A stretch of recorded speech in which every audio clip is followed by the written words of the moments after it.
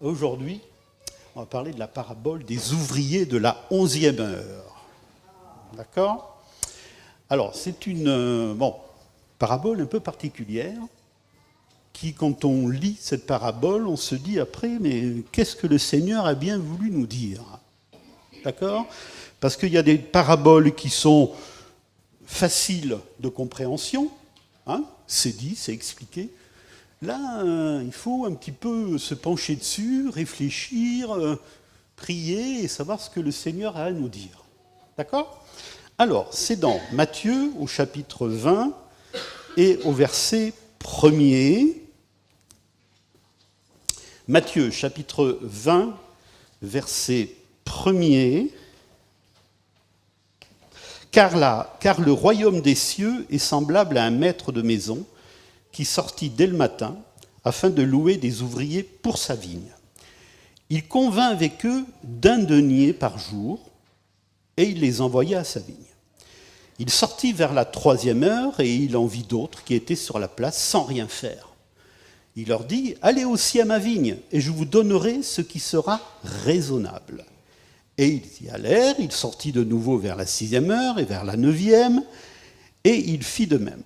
Étant sorti vers la 11e heure, il en trouva d'autres qui étaient sur la place et il leur dit « Pourquoi vous tenez ici toute la journée sans rien faire ?» Ils lui répondirent « C'est que personne ne nous a loués. »« Allez aussi à ma vigne, leur dit-il. » Quand le soir fut venu, le maître de la vigne dit à son intendant « Appelle les ouvriers et paie-leur le salaire en allant des derniers aux premiers. » Ceux de la 11e heure vinrent et reçurent chacun un denier. Les premiers vinrent ensuite, croyant recevoir davantage, mais ils reçurent aussi chacun un denier. En le recevant, ils murmurèrent contre le maître de la maison et ils dirent « Ces derniers n'ont travaillé qu'une heure, et tu les traites à l'égal de nous, qui avons supporté la fatigue du jour et de la chaleur ?» Il répondit à l'un d'eux, « Mon ami, je ne te fais pas tort. N'as-tu pas convenu avec moi d'un denier? Prends ce qui te revient et va-t'en. Je veux donner à ce dernier autant qu'à toi. Ne m'est-il pas permis de faire de mon bien ce que je veux? Ou vois-tu d'un mauvais œil que je sois bon? Ainsi, les derniers seront les premiers et les premiers seront les dernier. Amen. Et là, gros point d'interrogation, multiplié par 10, et on se dit, qu'est-ce que ça veut dire cette parabole? Enfin, je ne sais pas, peut-être que vous avez tout compris depuis le début. Hein. Enfin, bon, moi, je me suis dit, qu'est-ce que c'est que ça? Qu'est-ce que le Seigneur veut nous dire? D'accord? Alors, comme d'habitude, si c'est possible, Émilie, on va afficher le plan de ma prédication. Si vous voulez prendre des notes ou prendre des photos, vous pouvez le faire. Alors, ça va venir? Ok, merci Émilie. Alors, ça s'appelle aussi, une parabole surprenante d'un point de vue socio-économique. Ouvriers de la 11e heure, on dirait que c'est des inspecteurs des travaux finis. Ils arrivent et presque le travail est fait, quoi. Hein? Voilà. Il y en a plein qui ont bossé avant eux, donc tout va bien. Ils viennent, ah ouais, ça va les gars, vous avez bien bossé? Nous, elle arrive comme ça, hein, bon. On vous dit bonjour, on travaille un peu, puis voilà. Un management incompréhensible.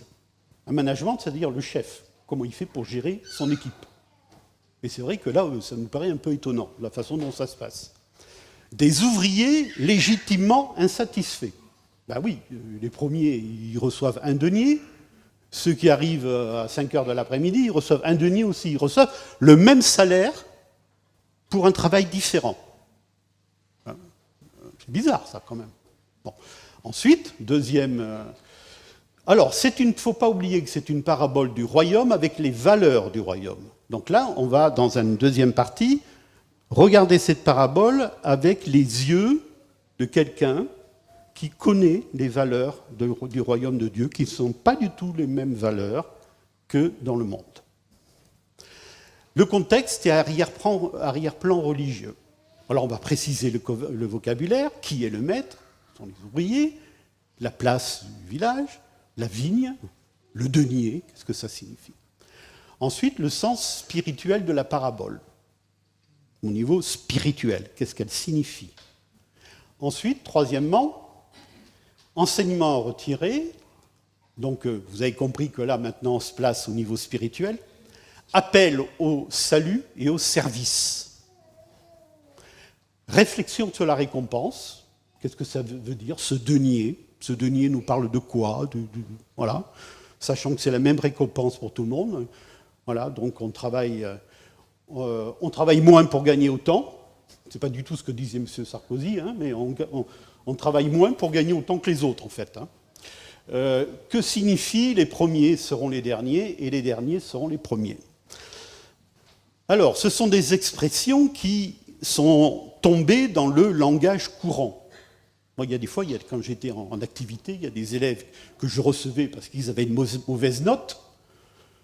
Il y en a un jour, il me dit « Oh, monsieur Perrier, de toute façon, les derniers seront les premiers. » Je lui dis « T'as pas tout compris. Hein.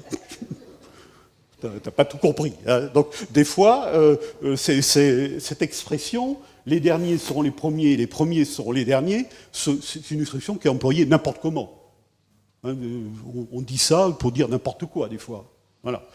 Alors, les ouvriers de la 11e heure, alors peut-être que ça ne va pas tellement parler aux jeunes, mais les plus anciens comme moi, et encore plus anciens, ils connaissent cette expression, qui a été utilisée dans les années 50, 60, 70. Hein, bon.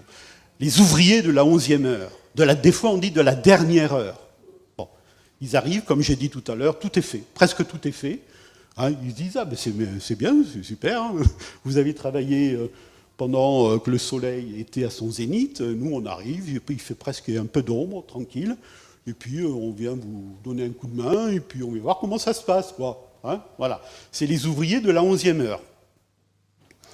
Donc ce sont quand même deux expressions qui sont restées un petit peu dans la tête des gens. Hein. Donc ça veut dire quelque chose. Cette parabole nous parle quand même. Elle nous parle, mais on verra que ce n'est pas du tout ce que nous on entend. Hein. Alors, en commençant, je vais, moi, vous raconter une histoire. Ce n'est pas une parabole, hein, c'est une histoire. C'est l'histoire du maire et de Marius. Vous connaissez l'histoire du maire et de Marius. Bon. C'est le maire d'un village provençal. Et ce maire, donc c'est un petit village, hein, il se promène tous les matins, voir un petit peu ce qui se passe dans son village. Et tous les matins, il voit Marius. Marius, un gars de 30-40 ans, orphelin de père et de mère. Bon, il n'a pas besoin de travailler, il a sa maison, il est tranquille. Et puis il lui dit « Mais Marius, pourquoi tu ne travailles pas ?»« Oh, je suis bien, je suis là, long, peinard. Je change d'arbre dans la journée, hein, en fonction du soleil. » Et puis, mais tu devrais y travailler quand même, c'est pas possible, tu ne peux pas rester comme ça sans rien faire. Okay. Puis à un moment donné, le maire lui dit, écoute, je vais te donner un travail, ça ne va pas te donner beaucoup de travail, mais au moins tu gagneras un peu d'argent, c'est pas énorme, enfin ça va te permettre quand même de travailler un peu, quoi. Oh, Marius, il dit, oui, pourquoi pas. Et le maire lui explique, ce que tu as à faire, c'est simple en fait. Le matin, tu te présentes au cimetière, tu ouvres le portail du cimetière, tu marches, et en plus c'est plat, il n'y a même pas de côte, hein, donc tu marches pendant 100 mètres, et tu arrives à la fontaine, là, et tu ouvres le robinet, pour qu'il y ait de l'eau, pour que les gens viennent arroser les fleurs, etc. Tu repars, et tu reviens le soir à 6 heures. Bon, tu fermes, ensuite tu fermes le portail. Bon, il dit, ok, bon, si c'est que ça va, je vais le faire. Bon, et puis, donc il fait ça pendant un certain temps, tout, et puis à un moment donné, là, Marius, il revient voir le maire et il dit oh, j'ai des conditions de travail qui sont épouvantables. Hein. Ah là, c'est épouvantable mes conditions de travail. Hein. Ah, mais pourquoi? Qu'est-ce qu'il y a? Ah, ben, c'est que, en fait, tout le matin et l'après-midi, je marche, et à ma droite et à ma gauche, je vois ici repose, et il n'y a que moi qui travaille. Bon, alors, on garde bien cette histoire, on la met de côté et on va la ressortir tout à l'heure. Parce que la comparaison n'est pas toujours bonne conseillère. D'accord? Quand on se compare. Voilà, et lui, il se comparait, évidemment. Oui, il n'y a que lui qui travaillait, ça c'est sûr. Bon, alors, maintenant, on va rentrer dans cette histoire, et on ressortira l'histoire de Marius tout à l'heure. Alors, c'est une parabole, comme je l'ai indiqué, qui est surprenante d'un point de vue socio-économique. Pourquoi? Parce qu'on a un patron, en fait. On a un patron qui, bon, jusqu'à là, c'est le boulot d'un patron d'embaucher des personnes pour faire un certain travail. OK. Bon. Alors, il embauche et il convient d'un salaire. Un denier. Un denier, c'était à peu près, on va dire, le SMIC de l'époque. Bon, qui correspondait à nourrir de façon plus ou moins convenable une famille de 4 personnes pour une journée de travail. C'était à peu près un denier. Donc c'était correct. Hein, voilà. Ce qu'il y a, c'est qu'il revient après, un peu plus tard dans la matinée, et là, il ne donne pas de salaire. Il dit, je vous donnerai ce qui sera raisonnable. Bon, ils font confiance, ok. Et puis à la fin, à la 11e heure, là, il ne dit rien. Il envoie, il dit, allez dans ma vigne. Et eux, ils ne conviennent pas du tout de salaire. Donc au premier, il convient d'un denier, aux autres, ce qui sera raisonnable, donc ce qui est raisonnable, ils font confiance, mais bon. Et au dernier, rien du tout. Donc c'est un peu déjà un patron un peu bizarre, enfin pour moi. Il ne donne pas la même chose, des fois il énonce un salaire, des fois il énonce pas. En plus, ce patron, ce qui est quand même assez étonnant, c'est que la seule chose qui semble l'inquiéter, c'est qu'il y ait des gens sur la place qui ne font rien. Un patron, lui, il essaye de voir dans sa vigne si les gens travaillent bien, hein, mais là, il n'y a aucun contrôle du travail qui se fait sur la vigne. Hein. Il n'y a rien. On ne voit pas le patron qui dit voilà ce que vous aurez à faire, tout ça, puis je viendrai vous voir, je viendrai contrôler, tout ça. Pas du tout. Le patron, lui, il leur dit mais qu'est-ce que vous faites là sans rien faire? Ah ben, c'est que personne. Ben, allez-y, allez dans ma vigne, allez dans ma vigne. Donc, en fait, le patron, ce qui l'intéresse, c'est pas tellement, enfin, d'après ce que je lis, le travail qui est fait dans la vigne. Ce qui l'intéresse, c'est que les gens ne restent pas sans rien faire. Hein? Je comprends ça. C'est un peu, bon, un patron, généralement, il n'est pas comme ça. Et ensuite, ce qui est un peu étonnant également chez le patron, c'est que à la fin, il dit, mais je fais ce que je veux avec mon argent. Je fais ce que je veux. Si j'ai prévu de dire un denier pour les autres, rien pour autant pour moi de travail donné, c'est bien mon argent, je fais ce que je veux avec mon argent. Ben, les autres disent, ben oui, mais bon, on n'a pas travaillé autant, quoi. Ben non, mais je fais ce que je veux avec mon argent. Vous voyez, donc c'est... voilà, il y a quand même quelques questions là à se poser. Hein. Alors, les ouvriers. Alors, moi, si j'étais pas syndiqué, que je serais ouvrier, je me syndiquerais tout de suite, là. Parce que je suis ouvrier de la première heure, je travaille toute la journée, ça, je viens recevoir ma paye le soir, et on me dit, eh ben, t'as un denier. Mais je dis, mais les autres qui ont travaillé qu'une heure, ils ont pareil que moi. Ah oui, non, mais c'était bien un denier qu'on avait convenu. Ben oui, mais quand même, c'est pas égal. C'est pas équitable, c'est pas normal. Hein? Quel est le syndicat, la CGT, CFDT, FO, là? Je vais aller les voir, et puis on va aller... c'est pas possible, quoi. D'accord? Donc il y a quand même là quelque chose, on se dit, mais allez... personnellement, moi, je serais un peu, dans un premier abord, du côté des ouvriers. Hein, ouais, vous avez raison, les gars, c'est pas normal. On va aller voir le patron, puis on va lui expliquer. Ouais, quand même, c'est pas possible. Hein. Bon. Voilà, donc des ouvriers qui sont légitimement insatisfaits. Un patron qui a un management un peu étonnant. Hein, pourrait dire, celui-là, il ne va pas durer longtemps. Hein. Je veux dire, il va durer un mois, peut-être quelques mois, mais après, s'il gère son entreprise comme ça ne va pas le faire. Hein. D'accord ? Voilà. Alors maintenant, bien évidemment, vous comprenez qu'il faut aller beaucoup plus loin, parce que c'est une parabole du royaume. Amen. Et d'ailleurs, c'est dit au début, hein, car le royaume des cieux est semblable à un maître de maison, etc. Donc c'est une parabole du royaume de Dieu avec les valeurs du royaume. Donc il y a environ une quarantaine de paraboles dans le Nouveau Testament. Il y en a 13 qui sont les paraboles du royaume. Et là, ça fait partie d'une des 13. Pour ceux qui ont... ça rappelle ce que j'ai dit concernant la parabole du semeur. La parabole du semeur, c'était la première parabole du royaume dans l'évangile de Matthieu. Là, on est à la dernière. Cette parabole se situe juste avant la venue de Jésus dans Jérusalem et sa mort, etc. Donc, ce n'est pas anodin. C'est-à-dire que la parabole du semeur, c'est la première. La parabole des ouvriers de la 11e heure, c'est la dernière. Donc, ça veut nous dire quelque chose sur l'œuvre de Christ, sur le Seigneur, ce qu'il a fait pour nous et les conséquences positives que ça peut avoir pour notre vie. D'accord ? Quand on lit un texte dans la parole de Dieu, et encore plus concernant les paraboles, il faut voir ce qu'il y a avant et voir ce qu'il y a après. Alors là, ce qu'il y a avant, c'est Pierre qui pose une question au Seigneur, c'est au chapitre 19, il dit au Seigneur, nous avons tout quitté et nous t'avons suivi. Qu'est-ce qu'il en sera pour nous ? Pierre, il se disait, mais quand même, on a tout quitté pour toi, Seigneur. Moi, j'ai quitté ma famille, j'ai quitté mon métier.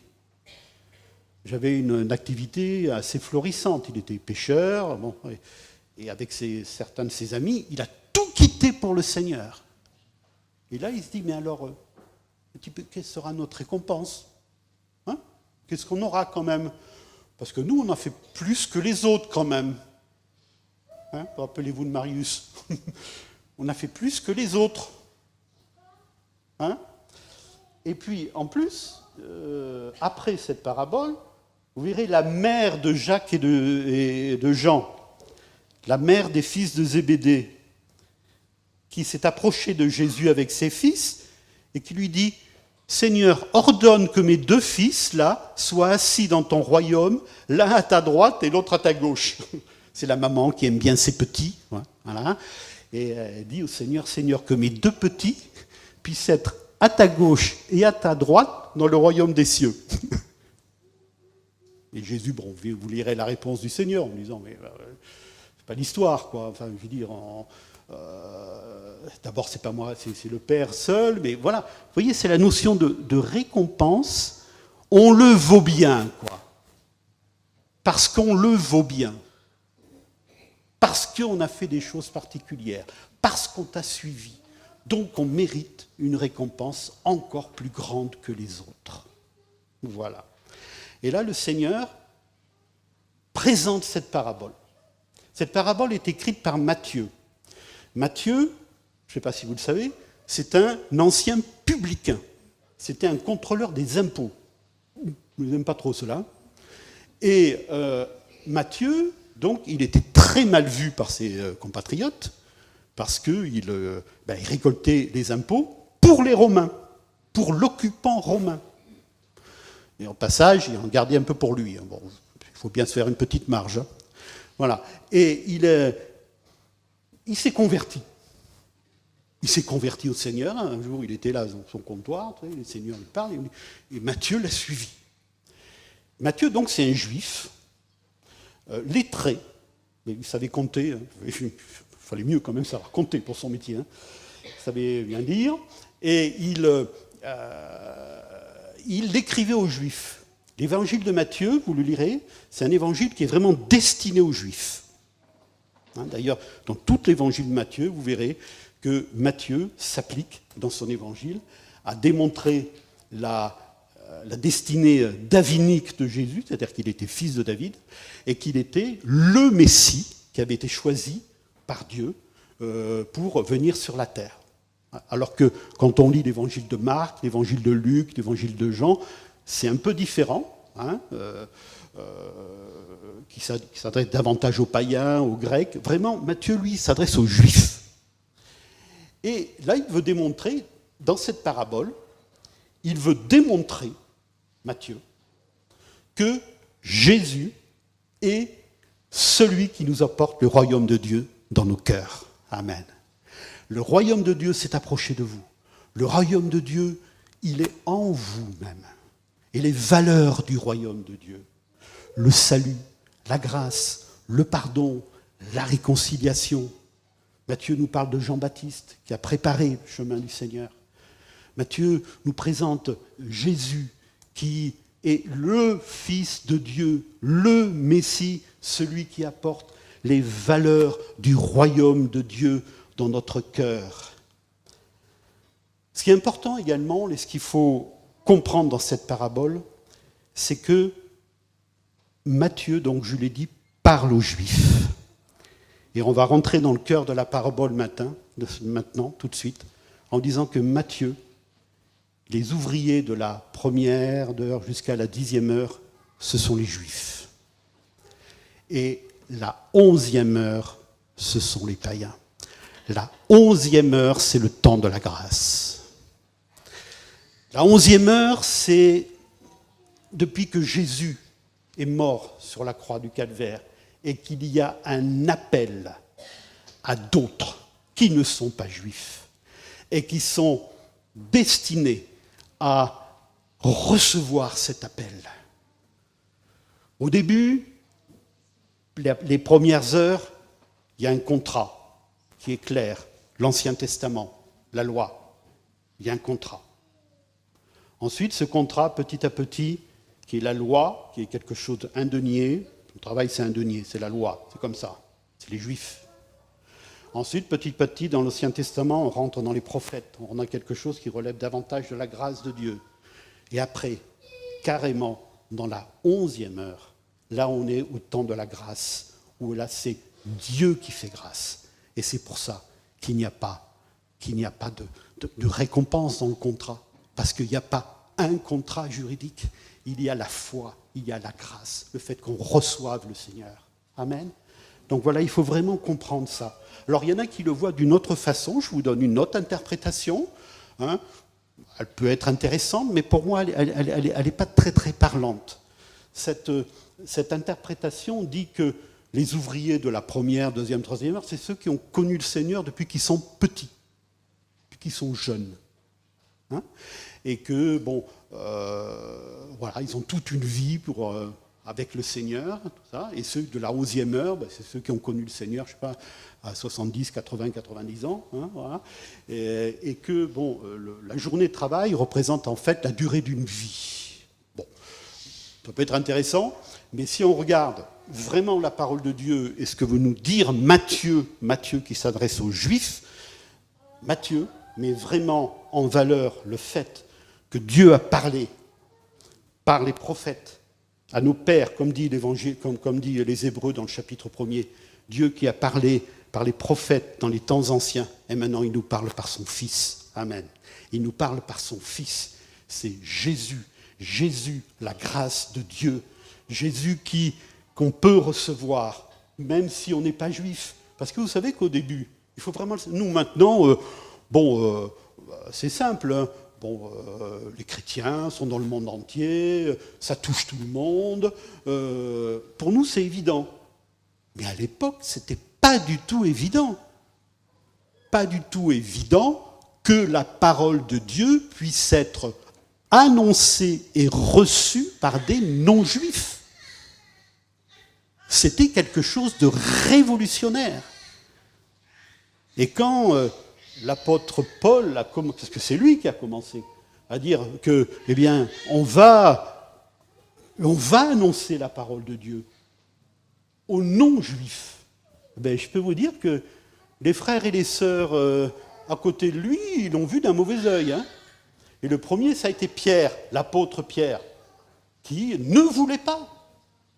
Et la garde rapprochée, on va dire, de Pierre, c'est-à-dire ceux qui ont connu Jésus de vue, Jacques, son frère, Jésus, d'autres, qui disaient, mais non, c'est pas possible, c'est aux Juifs, c'est pas aux autres. Il a fallu une révélation de Dieu à Pierre. On rentre trop dans le détail si on parle de ça, mais Pierre a reçu un jour une révélation de la part de Dieu, en disant, mais non, il faut que tu annonces la parole aux autres. Amen. Et là, ça a été une révélation formidable, et cette révélation a sorti les Juifs chrétiens, ceux qui avaient reçu le Seigneur, eh bien de leur ville, et sont allés annoncer la parole de Dieu ailleurs, d'abord dans les synagogues, mais également dans les places publiques. Alors c'est ça que ça veut dire. Alors maintenant, on va préciser le vocabulaire. Le maître, eh bien c'est Dieu. Le maître, c'est le maître de la maison. C'est le Seigneur, d'accord ? Qui vient donner du travail, qui fait un appel. La place, c'est la place du village, c'est la place publique, c'est là où sont les gens. La place, ça représente le monde. On appelle des gens à quelque chose. La vigne, aller travailler dans la vigne. Dans la parole de Dieu, il serait trop long de le démontrer, mais vous verrez, la vigne, elle est très souvent, presque totalement, dans la parole de Dieu, que ce soit dans l'Ancien ou dans le Nouveau Testament, la vigne, c'est la représentation de Dieu sur la terre. C'est-à-dire que la vigne, en fait, c'est Israël pour l'Ancien Testament, et c'est l'Église pour le Nouveau Testament. La vigne, d'accord ? D'ailleurs, Jésus le dit bien, je suis le cep, hein, et vous êtes les sarments. Hein, voilà. Donc la vigne, c'est l'Église. Pour nous, c'est l'Église. C'est le fait d'être chrétien, c'est le service de Dieu, c'est l'appel de Dieu. Parce que lorsqu'on a reçu le Seigneur dans notre cœur, la Bible nous dit que nous sommes passés de la mort à la vie, de Satan à Dieu, des ténèbres à la lumière, pour servir le Dieu vivant et vrai.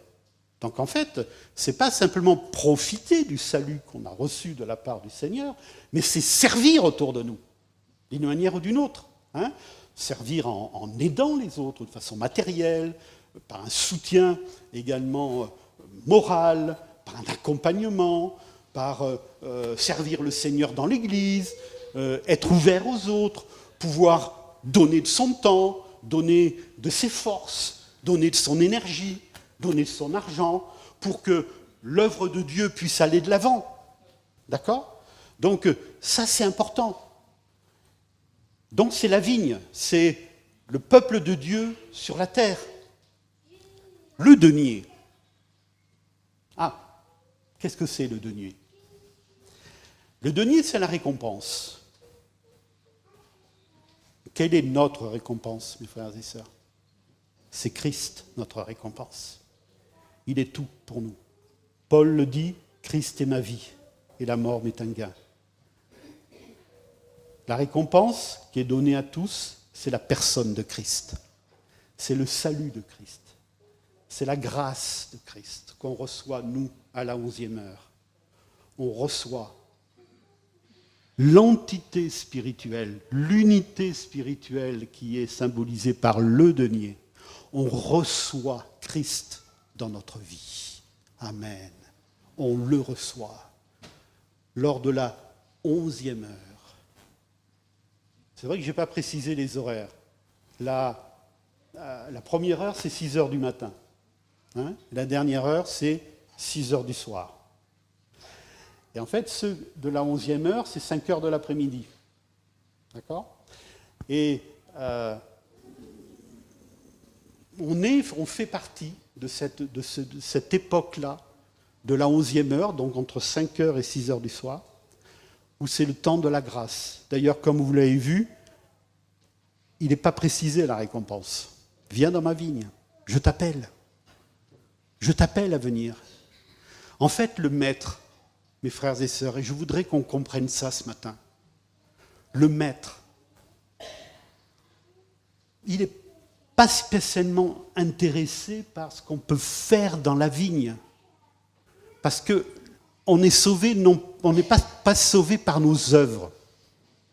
On est sauvé par notre foi en Christ. Amen. Et évidemment, lorsqu'on connaît le Seigneur et qu'on a reçu le Seigneur dans notre cœur, on fait des œuvres après. Parce qu'on a envie de faire les œuvres. On veut servir le Seigneur. D'accord ? Certainement que plusieurs d'entre vous, là, dès que vous avez reçu le Seigneur dans votre cœur, vous dites « Je veux me rendre utile. Je veux travailler.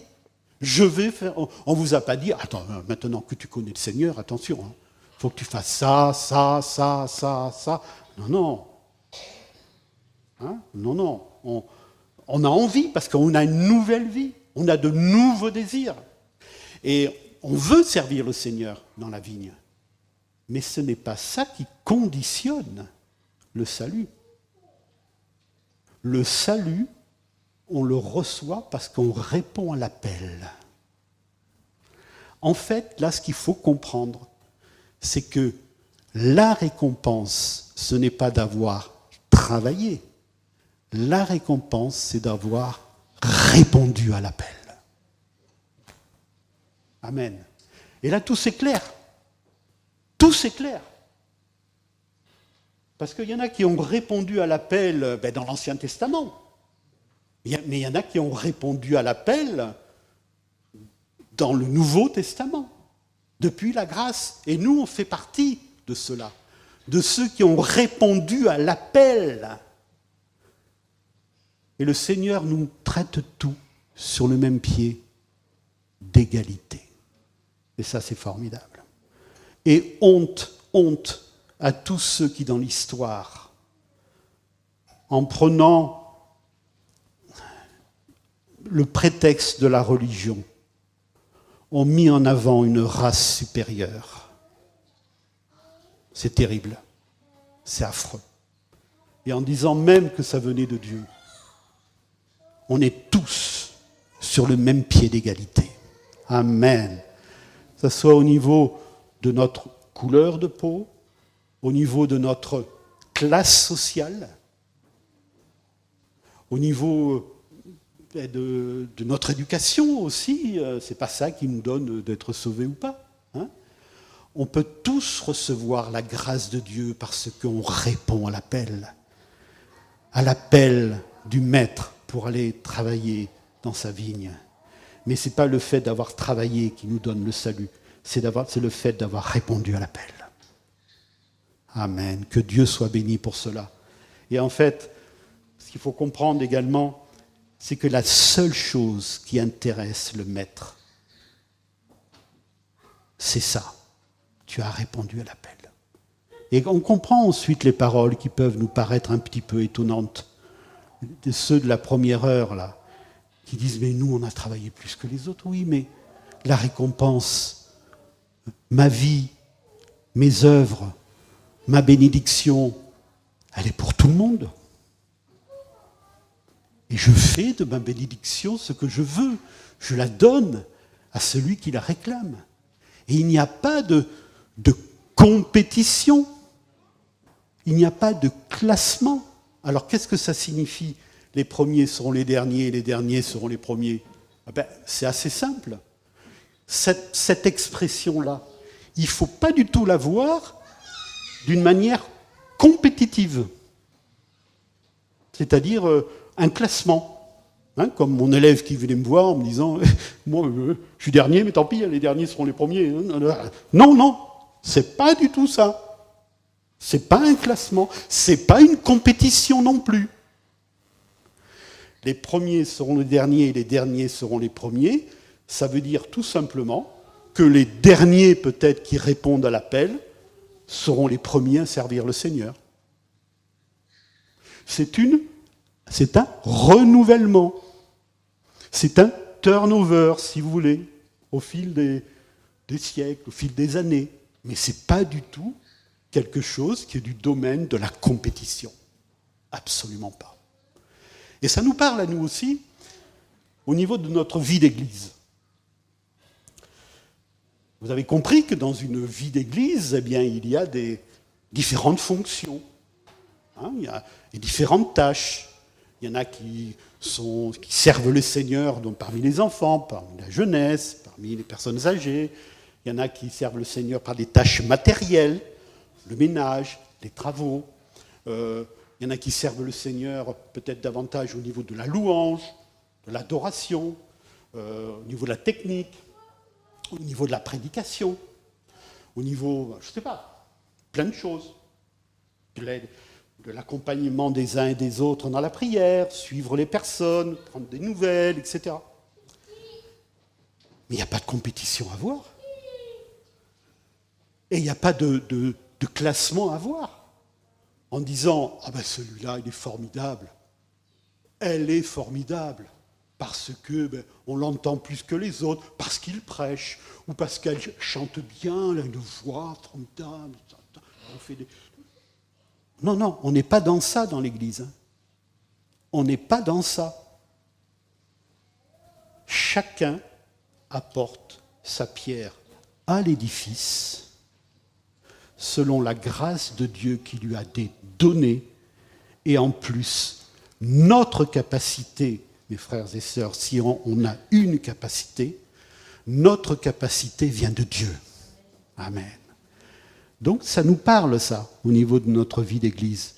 Et ça nous parle aussi au niveau de l'organisation de l'Église. Et c'est pour ça que malheureusement, enfin on n'est pas là pour critiquer les autres Églises, hein, mais bibliquement parlant, la meilleure organisation d'une Église, de mon point de vue, c'est une Église où il n'y a pas de pyramide, il n'y a pas de clergé. Il n'y a pas ceux qui commandent et ceux qui exécutent.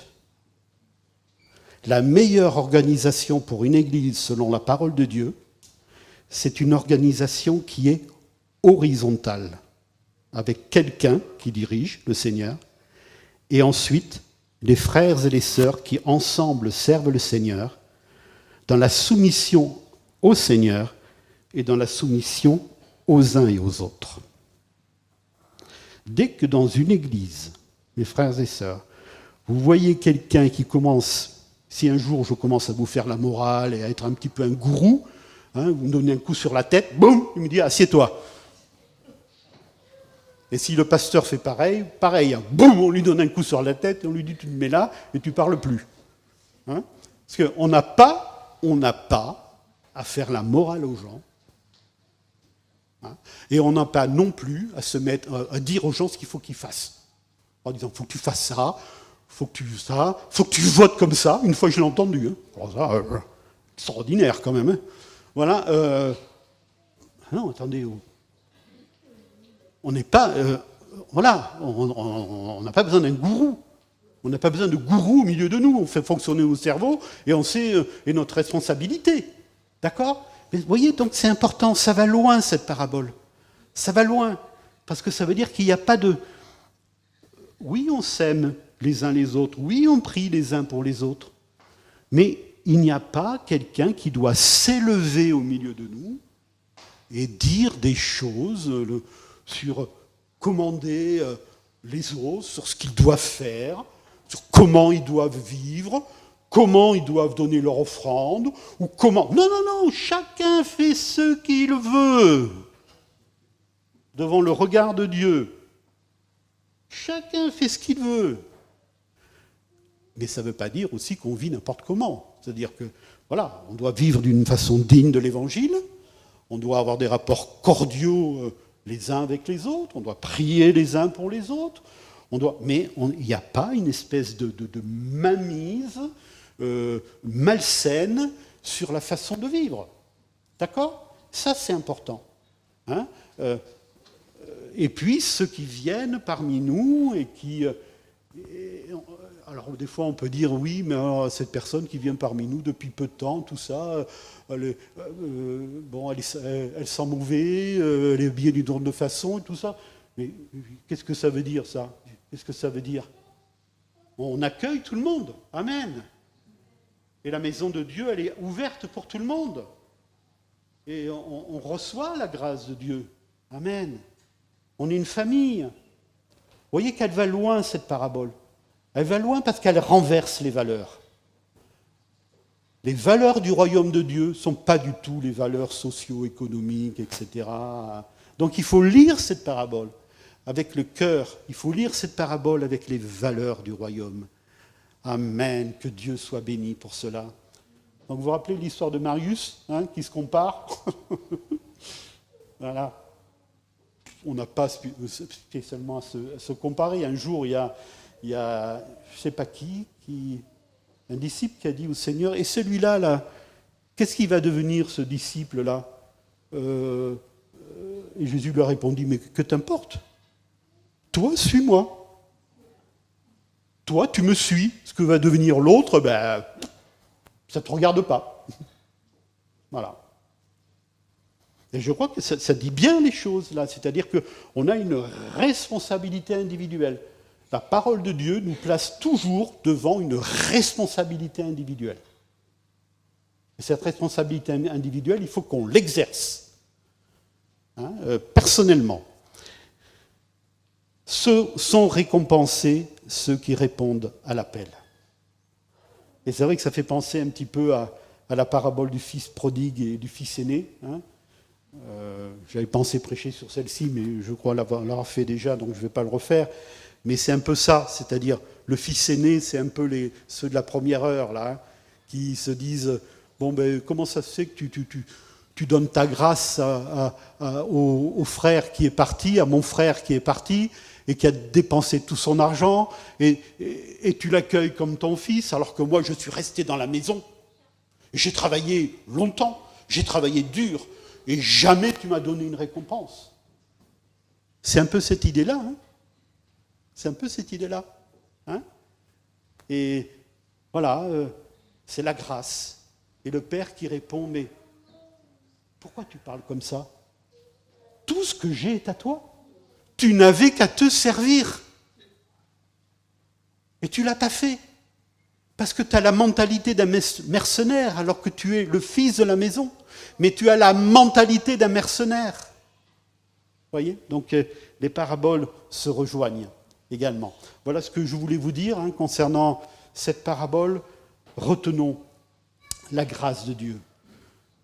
Retenons le fait que le Seigneur nous fait grâce, à nous qui sont de la 11e heure, sont du temps de la grâce, et il nous reçoit, et il nous donne le privilège de travailler dans sa vigne. Il nous donne ce privilège-là. Alors utilisons ce privilège-là de travailler dans la vigne du Seigneur, sachant que ce ne sont pas nos travaux, nos forces, nos mérites qui vont nous donner le salut, mais la grâce de Dieu en Jésus-Christ, la foi, c'est ça qui nous donne le salut. Mais on travaille ensuite parce qu'on a envie de travailler, évidemment. Et le Seigneur nous donne la force de le faire, et dans la joie du service également. Que Dieu soit béni. Amen. Merci Seigneur pour ta parole qui est la vérité. Merci Seigneur parce que par cette parabole, tu nous entraînes dans des valeurs exceptionnelles, les valeurs du royaume de Dieu, des valeurs de grâce, des valeurs d'amour, des valeurs de miséricorde. Ô Seigneur, merci pour cela. Nous sommes, Seigneur, enfants de grâce. Ta grâce nous suffit. Et merci, Seigneur, pour ce privilège que tu nous donnes. Seigneur, nous voulons prier ce matin peut-être pour quelques personnes au milieu de nous qui n'ont pas reçu ta grâce, qui ne t'ont pas encore accepté comme Sauveur et Seigneur personnel. Et nous voulons te demander, Seigneur, d'agir dans leur cœur par le Saint-Esprit. Toi, le Saint-Esprit, qui convainc de péché, de justice et de jugement. Toi, le Saint-Esprit, qui peut aller au tréfonds des cœurs. Toi, le Saint-Esprit, qui peut parler beaucoup plus fort, beaucoup plus profondément qu'un homme. Cette parole du Saint-Esprit, oh mon Dieu, touche peut-être quelqu'un ce matin. Quelqu'un qui a besoin d'être sauvé. Et si vous ressentez cela dans votre cœur ce matin, priez dans votre cœur. Et dites au Seigneur, Seigneur, Il y a déjà pas mal de temps que tu m'appelles, pas mal de temps que tu frappes à la porte de mon cœur. Et ce matin, je veux répondre, Seigneur.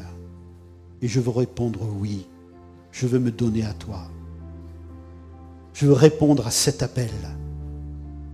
Je suis sur la place du village parmi les autres.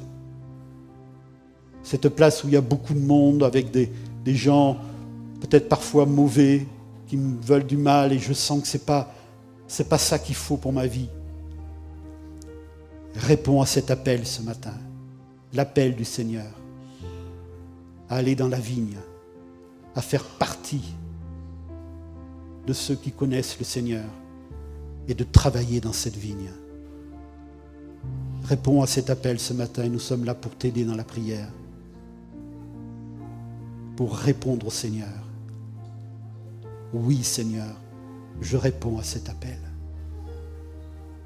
Et cette récompense, c'est la récompense de la personne de Jésus, qui viendra dans ta vie, qui te remplira, et qui te permettra d'avoir une vie belle, une vie avec les valeurs du royaume.